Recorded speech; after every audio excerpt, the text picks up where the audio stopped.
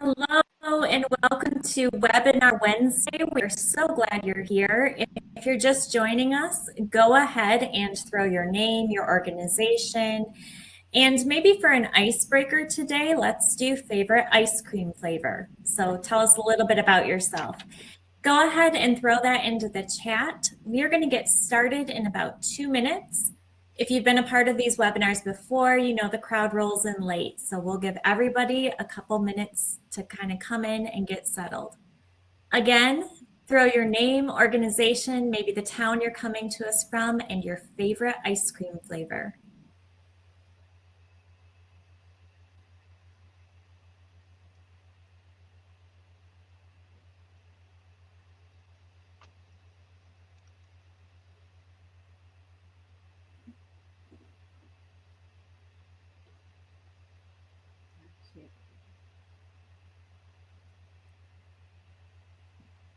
I love seeing this. A lot of cherry options. Cherry must be the trending flavor right now. A lot of mint chocolate chip too.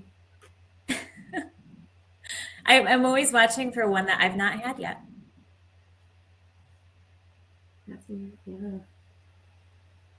Again, if you're just joining us, we're going to get started in about 1 to 2 minutes. Please throw your name, organization, and favorite ice cream flavor into the chat.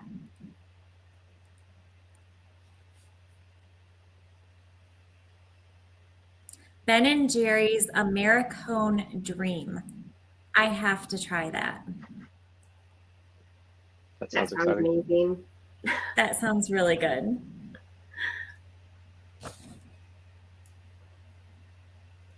Cookie dough.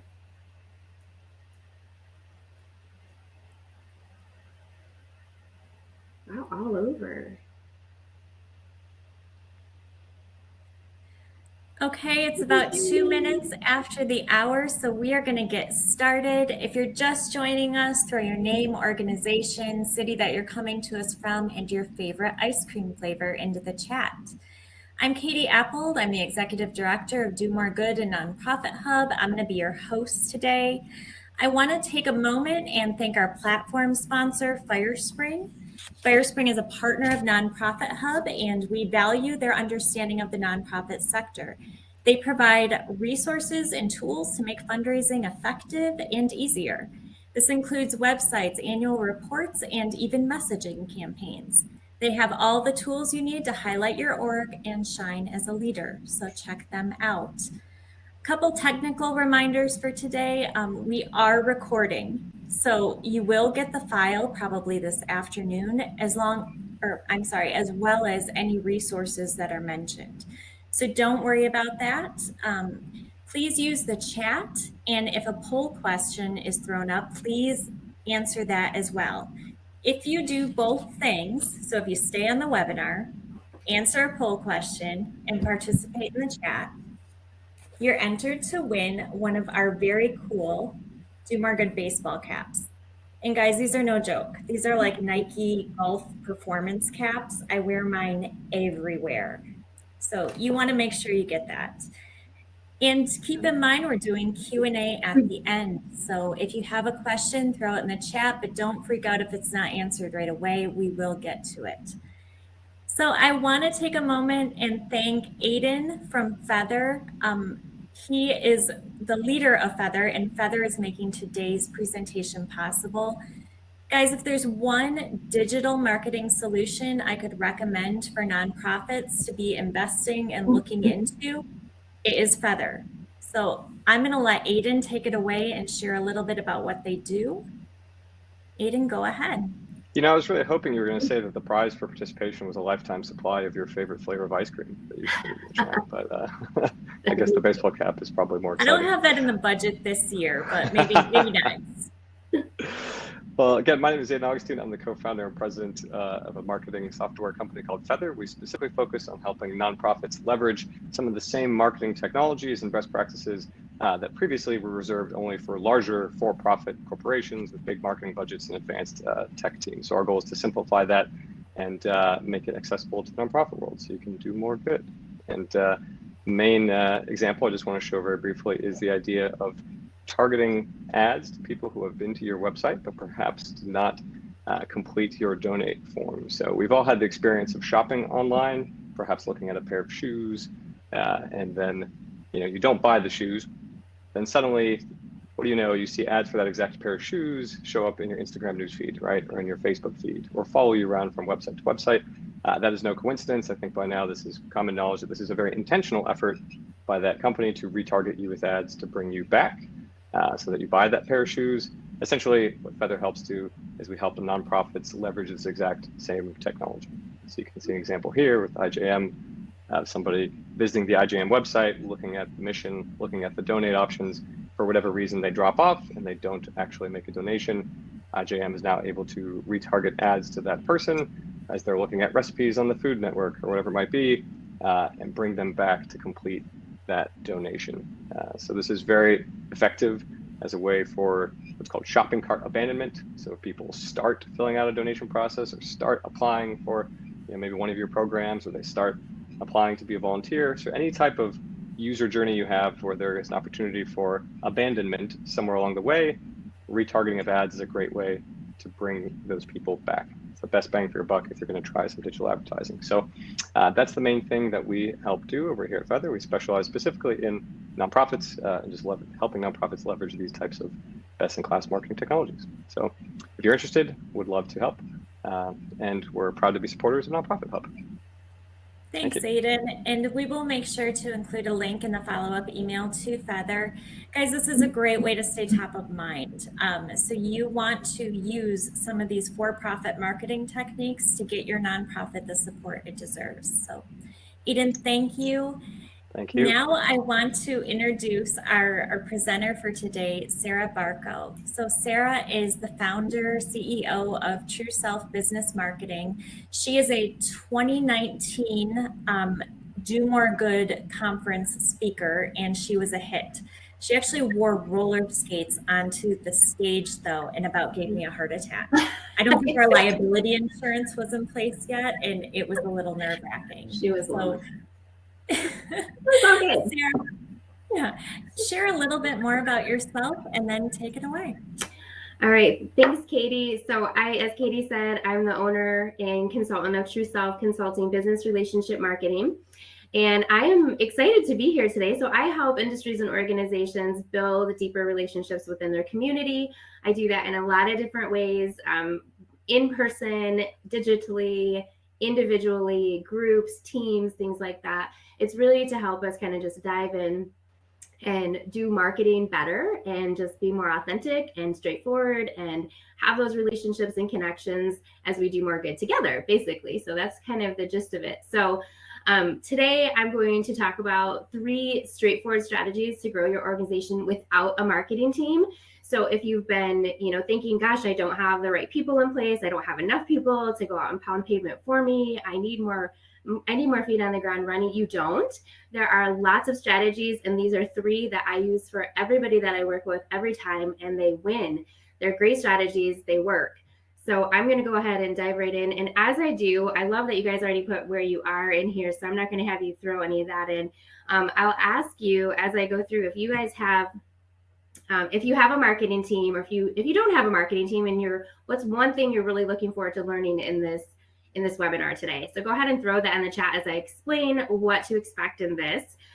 So first, what I want to go through and give to you guys today is an understanding and how to reach new growth each month for your organization without a team, even if that feels completely impossible right now, because sometimes it does if we're just starting off or if we tried this before. So I want to give you a 3-part framework that works for every client every time. I want to give you and identify the key areas for you to focus on so that by the end of this, you feel confident and clear on building from the inside out.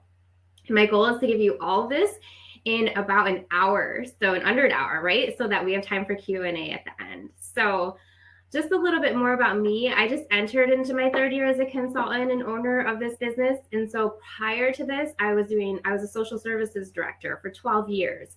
And so I had 0 marketing background when I came into the marketing world. And I was actually offered a marketing position by my chiropractor. So kind of just dove into marketing, turned him down 3 times, told him, nope, marketing is not my thing. I've never done it. I'm a social worker. Like I work in a different world, right? I don't do any of that. But he was persistent, and my husband was persistent and said, this is totally what you need to do. Get out, do things different from the inside out, and change the world differently. So I was intrigued by the opportunity and learned a lot along the way. I've learned so much about what not to do in marketing, that is really what's driven my passion to start my own business and help teach people what not to do and how to do better and build deeper relationships through marketing, and created a new strategy to do that. So I'm excited to share little bits about that today for you. So I want to begin by having you guys think about how you currently feel about your marketing strategies within your organization. So thinking about, where do you feel stuck or overwhelmed right now? Do you ever feel hesitant on where to start, just uncertain and unsure? And there's so much, and you're wearing so many hats, it's hard to identify where to start. Are you lacking confidence in those first few steps, so you just stay put where you are? Do you spend a fair amount of time on internal marketing and not so much on the external marketing components that are out there? So community type engagement things. Do you feel like you just can't seem to create any consistency within marketing? And then is your retention with your customers, donors, less than what you desire? So I want you to just kind of think about those things. And if any of those areas apply, know that you are not alone, that all industries and organizations are feeling this right now, and any part of those areas, right? So we kind of linger in between some of those, and that those are very common areas. So I want to help try to clear some of that clutter today for you and give you a more clear path as we go along. So discovering the 3 strategies, like I said, there are 3 key that you must understand to take your customers, donors to deeper levels and grow. And I'm going to start now. So strategy 1, the first and the biggest strategy that I always start with, foundational piece, is creating experiences. We all know that it doesn't matter how good our marketing is. There's no denying what experiences can do for your organization and growth. It's very foundational. So when I talk about creating experiences, it's kind of here. And then there's these 3 subcategories underneath creating experiences that I'm going to talk about. And you guys should have received some handouts that I sent. If you didn't, we will get those to you, and I'll show them on the slides. But the first one, the first subcategory for creating experiences is understanding your goals. So what are you willing to do differently to reach your customers and donors? And so I've included a goals sheet, and we'll go into that later. But what that is a kind of a quadrant that breaks down how you're going to create experiences through your goals. The second subcategory is understanding the 8 phases of an experience. So it's more of, do you and your team recognize where each and every customer donor is in all of these 8 phases? And these 8 phases are not new. They are 8 phases that every single customer, every single donor, every single patient, every single client, every single anything, any industry organization that you work in is going to go through these 8 phases. I go through these 8 phases. Your team goes through these 8 phases. Everyone goes through them. And so understanding where they are, starting with an assess phase, where people are assessing you before they even walk into your organization, going into an admit phase, when they admit that they want to do services with you, they want to do more good with you, they want to be on that platform with you, into all these different ones. And again, I'll go through this. So you should have that handout as well. And then do you and your team practice and understand core values? So the core values are just huge fundamental pieces, right? We all have core values within our industry, which we should. And those, are we serving with leadership? Are we organized? Are we authentic? Are we honest? Are we truthful? Are we, all these different core values that we have, we should be exemplifying those within our organization and leading with those from the inside out. So I'm going to kind of go through each one of those with you guys. So starting with the goals sheet of this, the today quadrant looks like this. It actually is broken into 4 quadrants. So today, tomorrow, what will it take, and how am I going to make that happen? So I recommend you can use this worksheet for if you have a weekly goal, if you have monthly goals within your organization, if you have quarterly goals, annual goals. We have all those goals, right? for sake of understanding this and giving an example, I'm going to use the example of 1 month. I highly recommend at least monthly you use this worksheet. And so every month you'd sit down with you and your team and you'd kind of go through what your goals are as an organization. And these are the goals that you're going to be shining out to your community so that they understand and have a better clarity of what your industry, how your industry serves, how your organization serves, so that they have that experience. They can embrace that experience more too. And I'll go into that. So in the first quadrant in the today box, that's literally today. So I want you to think about a few different views that you're going to put in this box. So one is, I want you to imagine that you're in a plane and you're flying over your organization, right? And you're seeing it from very high up off the ground. And I want you to write in there, what do you see? What do you see when you're flying over? What do you see in the community? What do you see in surrounding areas? What do you see in your front yard, in your backyard, and all the areas right around it? And then I want you to come down a little closer, kind of like you're a bird, and zoom in a little bit more and say, okay, so what do you see in the landscaping? What do you see in the tighter pictures when you're closer knit, when you're getting like closer to the front door? And then I want you to view it as you're walking in, right? What do you see when you're walking up the sidewalk, and when you're walking in those front doors, and when you're walking around your organization? What do you see? So I want you to think about those views, and I want you to put everything that is within your organization that you see, from community outreach, from fundraising, from donors, from volunteers, from memberships, everything in that today box that's happening in your organization. And then in the tomorrow box, that could literally be tomorrow, or for the sake of this example, it's next month. What do you want to see next month happening from moving from today into tomorrow? Where does that goal look like? So what changes from today to tomorrow do you want to see? And then what will that take? Will that take more fundraising? Will that take more memberships? Will that take more retention? Will that take more training? Will that take more financing? What does that look like? What do you need? And then how am I going to make that happen? So how are you personally going to take what it will take to make tomorrow from today? Does that make sense? So how am I going to make that happen is your personal steps of what you're going to do throughout the month. And so the goals are super important, because as we get a clearer picture of the goals, we start to shine that out. Like I said, that people start to see that, our team starts to see that vision. We're starting to act out that vision. We're starting to display it. And so as it comes to fruition, we're creating this experience of these goals coming. And so that's why the goal sheet is very important. The next piece of this is understanding the phases, right? So there are, like I said, those 8 phases, and you have this worksheet.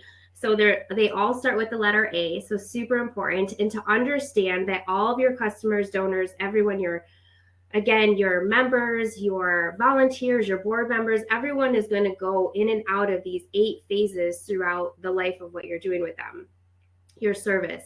So the assess phase, again, is when someone doesn't even walk in your industry yet. They are assessing you. They're getting to know you. They could be assessing you from an ad they heard on the radio, from something they saw on social media. They could be having coffee with a friend, and that friend brings up your organization, and they're assessing. They could have assessed you through your website.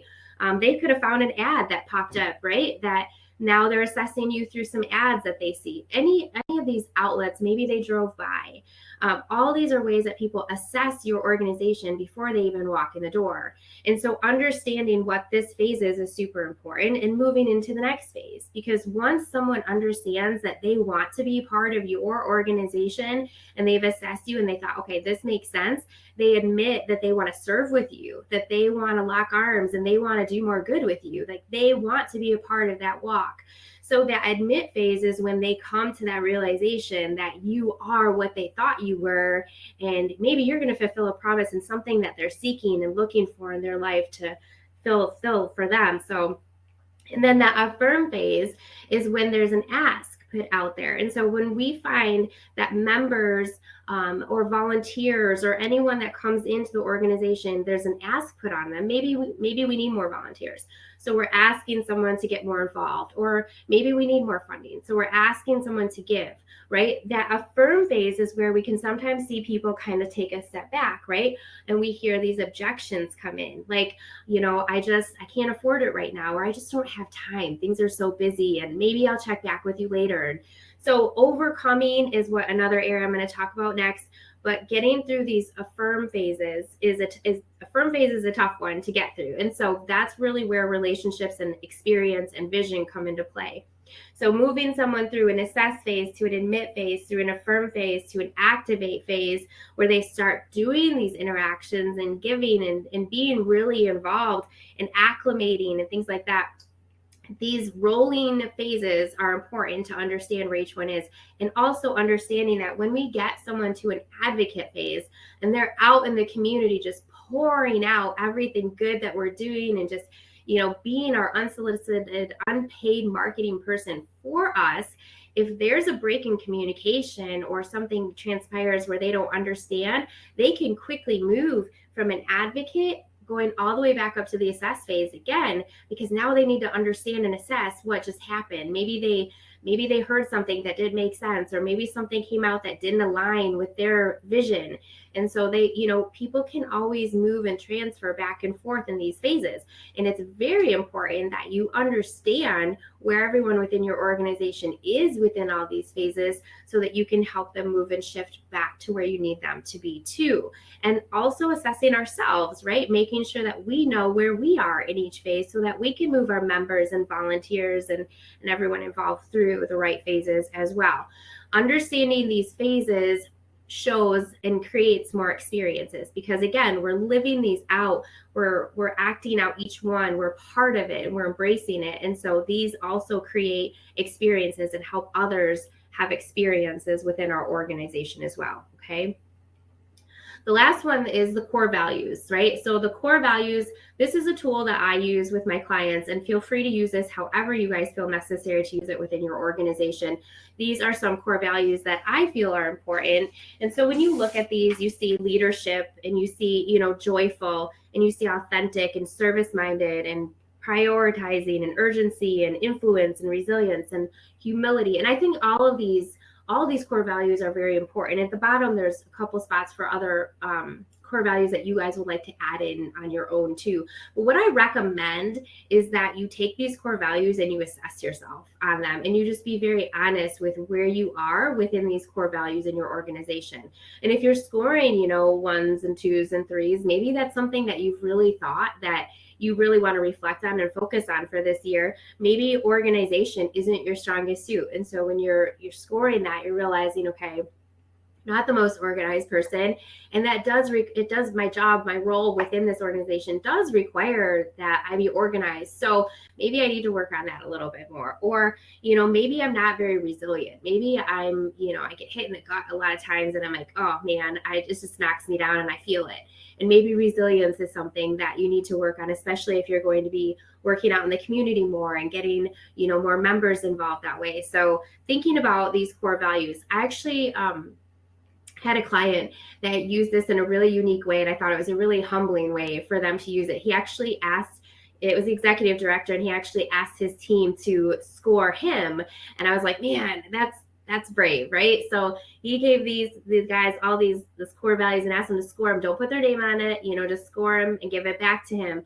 And he said it was one of the most humbling experiences for him, because it was areas that were marked that he knew deep within himself that he wanted to work on and needed to work on, but kind of put them on the back burner a little bit because they just weren't put right front and center, right? But then when they were identified by his team, it made it like, this is super important. I really need to focus on these things. So he took a really humble approach, and instead of getting upset, was like, thank you for identifying these areas for me. These are definitely areas I want to be more strategic and intentional on working on for not only, my team, but for my members and for my board and for my community and everyone involved. So it was a great experience for them. Use it however you guys want. I just suggest you assess your own core values, because again, when our core values are high and when we're really coming from a space of love and gratitude and just exceptional service, we're going to show that. It's impossible not to create amazing experiences within our organization if everyone is focused on core values. So that all of that's just going to shine right out of there. So in order to create an experience, we definitely need to show our customers and donors our true colors. And so when I talk about colors, I'm talking about just like our personality, like who we are. We have enough black and white and everything. We have procedures, bylaws, all the black and white foundational areas that we have within our organization. We need those, right? We need the rules and regs and stuff like that. Those are important.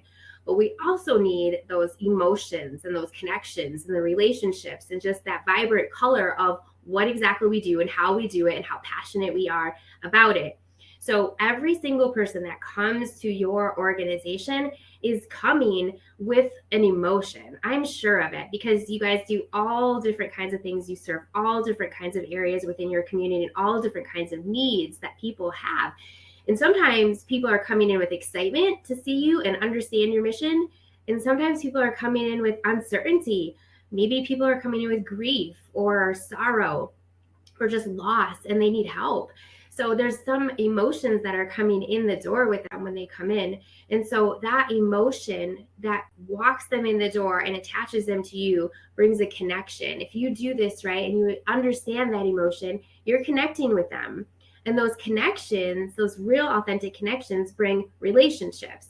And from those relationships, create amazing experiences. And I strongly believe you can't have great, amazing experiences within your organizations if you don't have these relationships. And if you haven't built that strong connection and connected with people just authentically that way, and if you haven't understood the emotion that comes with them from walking in the doors.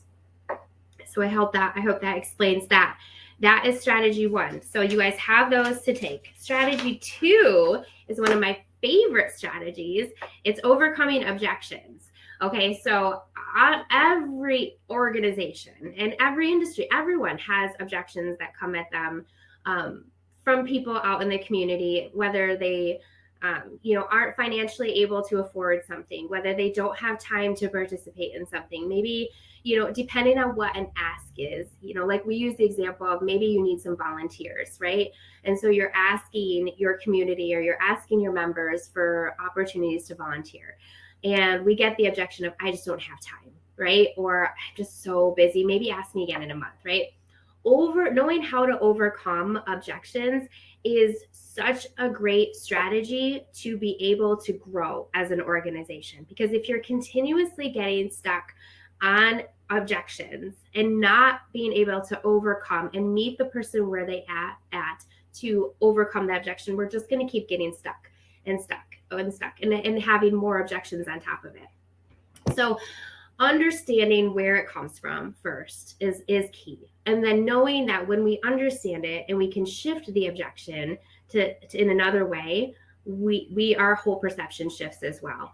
And then practice overcoming that objection, because that doesn't make us perfect in overcoming anything, right? It makes us authentic in overcoming it. And then role playing. So when I work with teams on this, I specifically really work hard on uncovering what the main objections are within an organization first. So I want you guys to be thinking about, as I'm talking about this, what are maybe 3 objections that you guys hear on a regular basis, whether it be from your members or your volunteers or your community? What are 3 objections and you can put them in the chat box, things that you hear on a regular basis that you're kind of like, I just don't know how to respond to that. I always get stuck on that. And I don't know how to move someone through that because I feel like I'm going to be pushy or I'm going to be salesy or I'm just not going to feel like I meet them where they're at. And I don't ever want to push someone, right? We get in that space. So the biggest thing first, identifying what those objections are and then understanding them. And here's a trick, okay? The best way to overcome any objection is you have to bring what you're asking for to life. You have to like give it a heartbeat. You have to bring it a life. And I'll give you an example that I love this example. When we think of Build-A-Bear, and you guys can tell me if you have ever participated with your children in Build-A-Bear, because I have not, but I have friends that have and family that has. And so I love how this stories, how they all play out, right? So you go into Build-A-Bear with your child who has this dream of this bear, this customized bear that they're putting together, and they already know what this bear is going to look like. And this is like a huge monumental experience for them, right? That you want to create. So you bring them there and they're picking out the pieces and they're identifying their custom bear. In the process of this, you as a parent, or them who's explained this to me, are thinking, oh my gosh, what am I doing? This is kind of crazy. This is a lot of money for a stuffed bear. Like, what am I doing? Right? It's not alive. It's a bear. It's a stuffed animal. Build-A-Bear knows that you're going to have that objection. Build-A-Bear knows that that reservation is going to be there, and that they have to take this stuffed animal, this bear, and the value of your money up here and equal this out, right? So how do they make this measure up so that this bear equals the amount of money that you're spending? And I'll tell you how they do it. Some of you probably already know, is they bring the bear to life. Okay. They give it a heartbeat. And I think it's just genius. And when I read that somewhere, I was like, this is insane how they do that. They actually like take the extreme amount of money you're spending on a stuffed bear and bring it to life. So they equal this out. And that is what you have to do with every ask that you ask of your members, of your donors, of your community, whoever it is. Your ask has to be brought to life. You have to create it. And I know that you guys have like storytelling and really giving testimonials and just making that what you're asking for impactful will change and overcome every single objection. What I recommend you do is sit down with your team and talk about that. And if you need help with that, I'm here to help you. One of the greatest things I enjoy is identifying objections. I'm telling you, it's weird, but I love sitting down and getting to the root of an objection and figuring out how to overcome it, because there are always so many ways that we don't initially think of because we're so involved in it and we've heard the same thing so many times that it's hard to get away from it. So once we get out from under it, we can move through it and start practicing. I'll tell you, I practice overcoming objections in my car, right? When I'm driving, I'll have like, if I get an objection on a regular basis and I get stuck and I didn't know how to overcome that. Then I start practicing it and role playing it with myself, or I'll role play it with someone else. And that has a totally outside perspective and completely changes how that outcome goes. So I encourage you to practice and role play. And if you need help, reach out. But that is strategy 2, because I want you guys to think about what are some of the most common objections that you hear? And then what would it look like for you if you could overcome all of them with ease? Would that mean you'd have more members? Would it mean you'd have more volunteers? Would it mean that you'd have, all these numbers growing? Would it mean you'd have more donors, more ability to do all more good things? What would that mean for your organization? So that's a big one. Okay, strategy 3, another amazing one, is activating referrals. Okay, so when and maybe referrals for you guys, it may be activating donors, it may be activating volunteers, maybe activating members, whatever you need to activate, right? Think of it that way. So I tell people, start with what you know, start with the steps and work to the deep end. I don't know if you guys, if you ever had that friend that like dove into the pool at the deep end, and I'm the friend that like walks in from the steps. Like I always had those friends like, just dive in, it's better that way. And I'm like, hold on, don't splash me, don't splash, because I just want to ease my way in and make sure it's safe and there's nothing, anyway. So I tell people, start warm, walk your way in, and then don't dive in to the deep. Not with referrals and things like this, okay? Because when we start warm and we start with who we know, we build more confidence, we get more yeses, we start to understand where the barriers are a lot more easier than when we start with cold leads and things like that. So cold calling is off the table. I don't teach about cold calling. I start with the warm. So when we think about what we need more of, we think about who do you need to get to know more? So let's say, for example, you are looking for more volunteers. Okay. Start with who you need to know more, right? So who's already coming into your organization, who's popped in, who's been a volunteer before, who's pretty active within your organization and always like, yeah, I'll help. But you just haven't maybe gotten to the point of asking them to be a volunteer yet. Who do you need to get to know more? And these people are people that you really do know well. They are people that you are like warm with. They're friends of yours that you can talk about things with. And what I'm going to tell you with this is this activity that I'm telling you about right now, I use as a monthly activity. So think about this as a month breakdown, right? And this first bullet point here, who do you need to get to know more? That's week 1. Okay. So every month in week 1, I want you guys to think about who do you need to get to know more. So those people that are warm to you, I want you to just get to know them more. It's very simple. Just learn more about their family and friends. Learn more about their hobbies. Learn more about what they do outside of work. Learn more about what they did over the weekend and what their little like quirks are, things like that. And where do they go for coffee? And just learn about them. Don't make an ask for anything. Just learn and just kind of pour in to those people that you already know and already have a great relationship with, but you don't know everything about. And just start seeing what happens when you pour in a little bit more to them. And then in week 2, I want you to think about who do you need to listen to more, okay? So these are people that maybe you know within your organization, but you don't know as well as you know the people in week 1. And so you need to think about those people that you walk past and your acquaintances with and say, hey, how's it going? Oh, it's good. How are you? Good. Okay. But there's not really anything after that. Who are those people? And then listen to them. Find 2 to 3 people each week, you guys, for this. So think of 2 to 3 people that you need to listen to more and make time for them in week 2 to sit down and just listen to them. Ask them some questions and just listen to their responses and what's on their heart and what their passions are. Listen to what they love about your organization and why they've been involved for the time that they've been involved. Okay.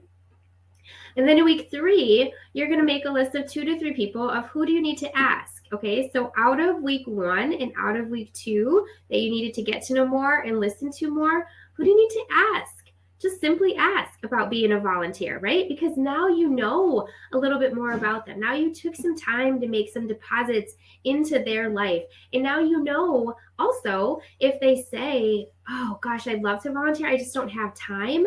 Now you know a little bit more about them personally, that it's going to be easier to overcome that objection as well, because they have poured out to you who they are. And in the midst of it, you've built trust with them and built a relationship of listening and understanding that you guys have this greater relationship where it's just going to be easier for them to say yes. They're going to want to because you poured it. When we make deposits into other people and we constantly and consistently do that, whether it's small or large deposits into people's life, when we ask for withdrawal, it's not a huge ask. It's not a selfish ask. It's a like, oh yeah, of course. Like, you've been pouring into me and loving on me and accepting me. I would love to give back to you.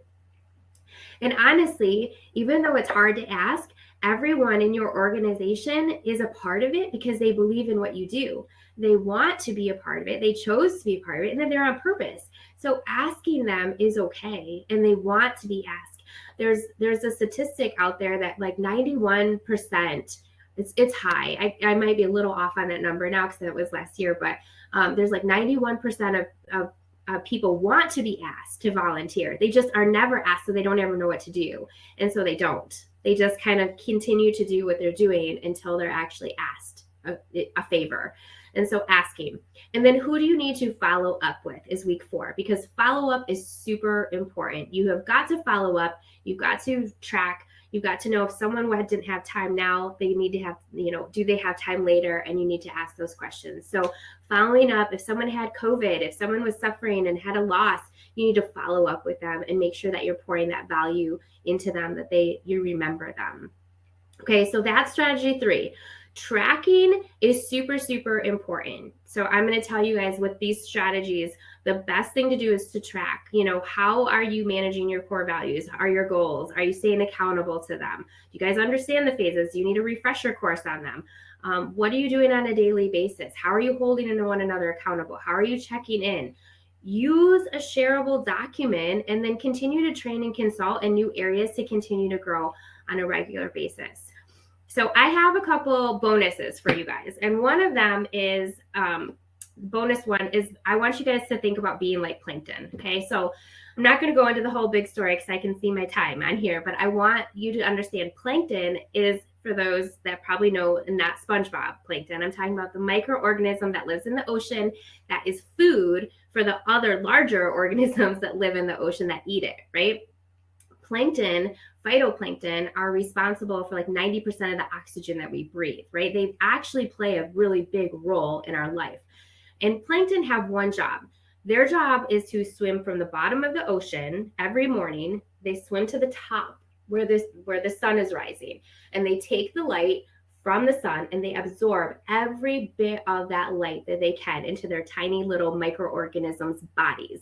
And they swim back down to the bottom of the ocean, into the deepest, darkest parts where all the deepest, darkest critters, fish, things are, and they shine out that light to them, right? So I want you guys to think about that intentionally every morning, because that changes things too. That will grow your industry. That will show people, if you get up every single morning and you absorb every bit of light that you can, every bit of gratitude, every bit of joy, every bit of excitement and passion for your organization, you absorb that in, and then you take it to the deepest, darkest parts of the world that you go into every day, and you shine light. That is going to change some things for your organization. So that is one bonus. The next bonus I have for you, bonus 2, this is the last one, is connecting with your community. I want you guys to really start thinking about getting out and meeting new people. How do you, how do you do meet and greets? How do you do B2Bs? How do you just walk into an industry and say, hi, my name is Sara. This is my organization. This is what we do. I don't know much about you. Maybe you've never heard of us, but I'd really like to try to figure out how we can do some great work together, because I believe we can and we need to. And so how do you just go into places and meet new people and just stretch your arms out, networking events, things like that? Getting out in the community is really just going to shift. It's one of the greatest strategies for building and growing your organization, because the more people you talk to and more that you know, obviously get to know you more too. So getting out there. These areas work well for marketing, right? We're all familiar with LinkedIn, Twitter, Instagram, Facebook, YouTube. These are all ways that can help us achieve customer and donor growth. They sometimes can take a little bit more time and sometimes more money to maintain, depending on how much time you're spending on Facebook and Instagram and things like that. So obviously connecting with your customers with the strategies we just reviewed can be a lot more affordable, authentic, and can be done in a lot less time. These are valuable tools. All these other areas that we need for social marketing and digital marketing and things like that, they are all valuable. And I'm not saying there's not a space for each one. You got to just see where you can use your time. And if you don't have a lot of time to be spending on Facebook and posting and doing Instagram posts, make sure you're building those relationships and getting out and connecting in the most authentic ways that you can, and using these 3 strategies to build from the inside out. So here's how I recommend that you start. One is you need a strategy plan that's best for your team, right? So I gave you some really great starting places. We didn't have a ton of time, but you can do well without a marketing team if you just implement these today. But you still need to sit down and work out a plan that's best for your organization. So I recommend that you guys sit down as a team, go over a strategy plan. If you need help, let me know. I'm happy to help you with anything in that area.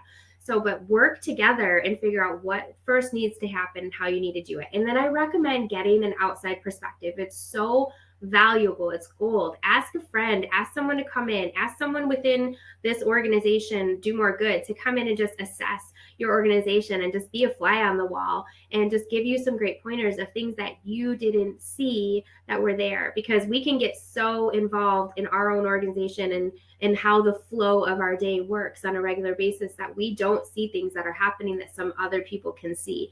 So an outside perspective is everything. So I just want to end with that, and I want to make sure I have time to answer any questions that you guys have. But this is my contact information, my email, my website, my phone. Don't hesitate to reach out. If you guys want to schedule a meeting, I do free consults, so you can use that QR code up there. You can schedule a meeting. It takes you right to my link. Okay. Sara, That was awesome. Thanks. I hope you see all the praise comments in the chat. I can't see any of the comments. I was wondering. Oh, okay. Well, I'm going to read you the questions, so you won't lose out on any of that. So we have a couple that are kind of themed around the same thing, and it is the big elephant in the room, COVID. So Sarah's asking, how do we adapt this for COVID times? Brielle wants to know, what ways do you suggest we change to connect with our community during COVID?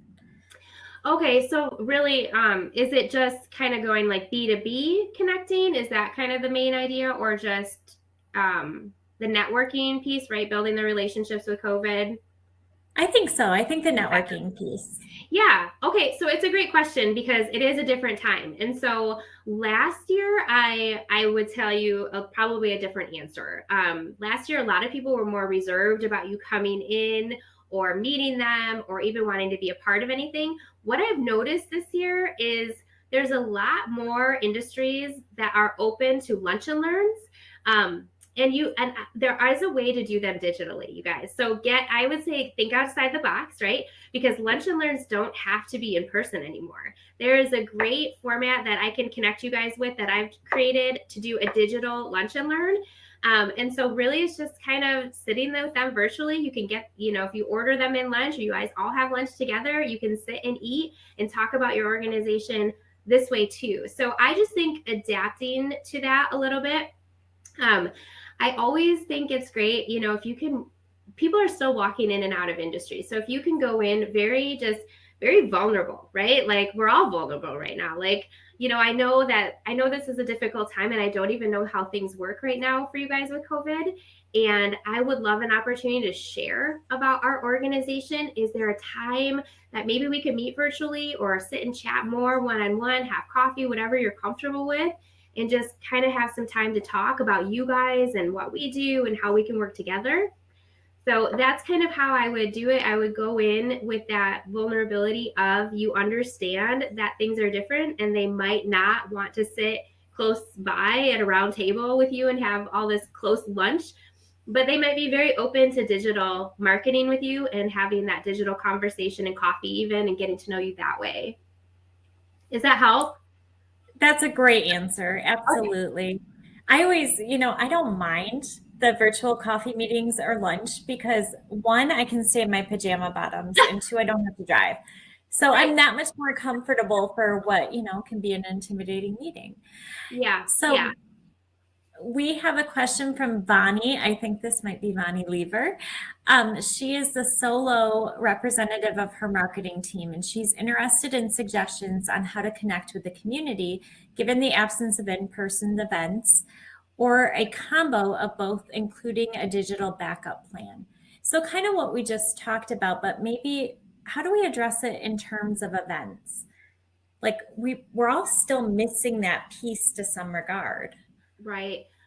So, and there are now events that are coming back, but there are still events that are getting canceled, right? So I would say to that the same thing. If events are disappearing for right now for this space, start taking the time that you can to plan for future events. This season is a very hard season for marketing. And in all honesty, there's really like high, great seasons for marketing and lower ones. And when you think about like the week of Christmas into New Year's, like you've got this whole week of Christmas that people are gone. And then you've got that whole first week of January where nobody's like in their headspace. Everyone's like on vacation for 2 weeks. So you've got all in like sugar coma. Yeah. And then I've noticed people haven't even really started getting back until like this week. Like now we're back in the mode. And so I've really encouraged people during that whole window of time to use that to implement new ideas and use that for strategy planning and brainstorming coming up. Okay, so another great idea that has been working really well for people is online workshops and online, like, where you can share about your organization to a platform, again, online right now, and people can feel safe at home. They don't have to go sit in a room crowded with people to listen to your workshop or understand what your organization is doing. They can learn from you right there on a digital platform. So I would maybe start thinking about some really big topics that and Vani, I know a little bit about what you do. And so maybe we could sit down and do coffee too, but that would be just brainstorm what are the topics that you really want to get out in the community, and then maybe start sharing them in small snippets or even doing short videos on your digital pages, little quick, like 3 to 5 minute videos of what you want to share, so that you can do that in that way too. And even though we can't go to an event and maybe hand out materials, because that's really a lot of an event, right? We're there for the engagement and the presence and to get our materials and marketing things out. That doesn't mean you still can't go to do some B2B and bring some of that marketing material out and just say, I just want to drop something off. I'm trying to get the word out about what we do. We're doing some really great things here. And I just want to give some space for that. So people, go ahead. One thing to add to that, I met with an individual from Everyday Planned Giving last week, and she was talking about how nonprofits should be holding workshops on planned giving, on bequests, on estate planning, and they don't need to present it. Bring in an outside expert. Yeah. I know Bill McKendry from our team regularly does presentations for businesses on how to partner with nonprofits. So it's a way to offer something digitally without your team having to lead or present or teach it, but you still have that way to connect. People love that, Katie. We respond to that so well in the community, the giving on both sides, and you're not going to get a no from someone that you invite into that space with you and say, hey, I'd love for you to be an expert on this. Can you share about your topic through our organization? It's a yes, 100% of the time. So it's a great opportunity. Absolutely. Okay, so Lawrence has a question. Do you see testimonials being an important part of marketing? And if so, any guidance on using them effectively? Yeah, testimonials are huge. That's where you bring that ask to life. Because if you're going to be asking for volunteers, then you need to have volunteer testimonials. So how did a volunteer's life change from being a part of your organization? And I would, number one, if that volunteer is willing, because obviously if their life was changed a little bit by being part of what you do, they're probably willing to share that on video with you. So I would ask them if they could do it on video, because that's just the most engaging piece for people right now, is to see. It's hard. Again, it doesn't have to be you on video, because for me, I'm let's get someone else on video, right? So have someone else be on video, but it could be interview style, right? Katie and I have done that, where we've done interview style things like that before. It's a lot of fun. And so I would recommend first video, then, have them put something up, type something up for you. You could do the Facebook posts and things like that. The more testimonials you can get out, the more it's going to tell your story, and again, bring it to life, so that whatever you're asking for is going to be oh, well, yeah, it's just psychologically it's seated and planted in everyone's brain that was an amazing experience that happened for someone else. So absolutely do testimonials. Okay, this has been so good. We have about 8 minutes left. So if you have a question, I would encourage you to throw it in the chat. Sara, it is always a delight to talk to you. It really is. Sarah's one of my go-tos for brainstorming sessions. So, you are too. One other thing I want to make sure I call out. So peer groups, we are still forming the peer groups. I know New to Nonprofit and Executive Peer Group have openings. So if this is something that you have an interest in, if you're looking to do brainstorming or networking, maybe outside your community, but inside the sector, go ahead and scan that QR code and get signed up. Okay, no other questions. So Sara, thank you so much. We'll have a follow-up. It's our pleasure. It really is. And you didn't wear roller skates today, so thank you for that. I almost did. My husband's like, "Are you going on skates?" And I'm like, I have to be able to read my slides. And following that conference, I really did get our insurance all in place. See? needed. We will send a follow-up email with every resource that Sara provided, including her contact information, as well as some information on Feather.